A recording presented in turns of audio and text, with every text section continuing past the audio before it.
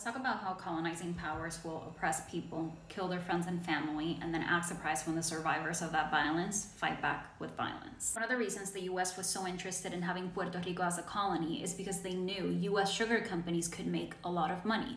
Not only was there a lot of fertile land, but there were a lot of Puerto Ricans that they could use as their cheap labor. And that's what they did. They were making Puerto Rican farmers work long hours, paying them starvation wages, and keeping them in poverty. A nationalist leader described it like this. He said, "Los Yankees." He said, "They're evil, they're selfish. If they found gold in our bones, they would grind us up in their sugar mills." Because of that oppression, Pedro Albizu Campos and other nationalists started organizing to fight for independence for Puerto Rico.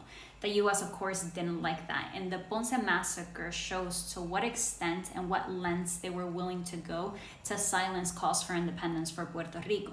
It was supposed to be a peaceful march, but the governor, who at the time was directly appointed by the US, ordered police to stop the march by any means necessary. That included shooting them, so they did, and they killed almost 20 people, including a child. That massacre changed things for Rafael Cancel Miranda.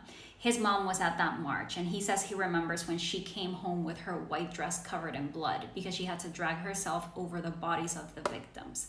He says in that moment he recognized there was an enemy on Puerto Rican soil, so much so that when students were forced to get up and pledge allegiance to the US flag in school, he refused, and he was kicked out of the classroom. But his defiance wouldn't end there. As an adult, he refused to be drafted into the US military, so he was sentenced to 2 years in prison. Ellos invaden a mi país, masacran a mi gente y todavía pretendían que yo fuera a servirles al ejército de ellos y matar coreanos. A few years later, Cancel Miranda and 3 other Puerto Ricans would attack the Capitol. They went into the House chamber and they shot several rounds. They didn't kill anyone, but they did injure 5 Congress members. They were, of course, condemned as terrorists, and they were sentenced to 75 years in prison. Ahora mismo, en los países árabes están matando miles de niños con los drones esos y los bombardeos.